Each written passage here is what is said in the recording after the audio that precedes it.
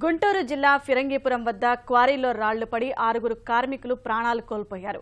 కార్మికులు క్వారీలో పనిచేస్తుండగా రాళ్లు విరిగిపడ్డాయి. విషయం తెలియగానే ఘటనా స్థలానికి చేరుకున్న కలెక్టర్, ఎస్పీ సహాయక చర్యలు ముమ్మరం చేశారు. రాళ్ల గుట్టల కింద ఉన్న మృతదేహాలను బయటకు తీశారు.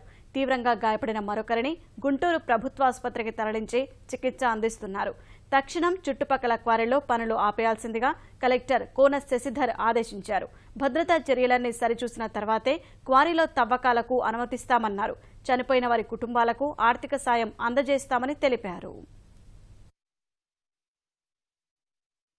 బాబు అనే వ్యక్తికి సంబంధించిన క్వారీలో 6 మంది చనిపోయినట్టుగా మనకి సమాచారం వచ్చింది. 1 గంట క్రితము ఈ ఇన్సిడెంట్ జరిగిందని చెప్పి మనకు తెలియగానే ఎస్పీ గారు, నేను, అలాగే ఇతర అధికారులందరూ కూడా హుటాహుటిన ఇక్కడికి రావడం జరిగింది. ఒక వ్యక్తి ఇంజరీ అయితే వారిని జీజీహెచ్ గుంటూరుకి మనం వాళ్ళని షిఫ్ట్ చేయడం జరిగింది. ఆయన ప్రమాదం నుంచి బయటపడ్డారు. కొన్ని ఫ్రాక్చర్స్ మాత్రం జరిగినాయి అన్నారు. 6లో 5 బాడీస్ మనం రిట్రీవ్ చేశాము. ఇంకొక బాడీని రిట్రీవ్ చేయడానికి అన్ని ప్రయత్నాలు కూడా ముమ్మరంగా జరుగుతున్నాయి. ఇంకా ఎక్స్ట్రా మిషనరీ కూడా తెప్పిస్తున్నాము. అలాగే ఇప్పుడు ఉన్న పరిస్థితి చూస్తే ఇటువంటి క్వారీలు ఊరు పక్కనే ఉన్నాయని మనం గుర్తిస్తున్నాము. చుట్టుపక్కల ఉండే క్వారీలన్నీ కూడా ఇమ్మీడియట్గా స్టాప్ చేయమని చెప్పి మైన్స్ వారికి ఆదేశాలు ఇస్తున్నాము.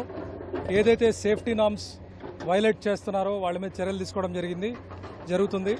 ఒక మెజిస్ట్రియల్ ఎంక్వైరీ ఆర్డర్ చేస్తున్నాను. చనిపోయిన వాళ్ళల్లో ఎవరైతే అసంఘటిత కార్మికులు చంద్రన్న బీమా కింద రిజిస్టర్ అయి ఉన్నారో వారి పేర్లన్నీ కూడా ఇప్పుడు సేకరిస్తున్నాము. చంద్రన్న బీమా కింద వాళ్ళకి 5 లక్షల రూపాయలు కూడా మనం ఇప్పించడం జరుగుతుంది.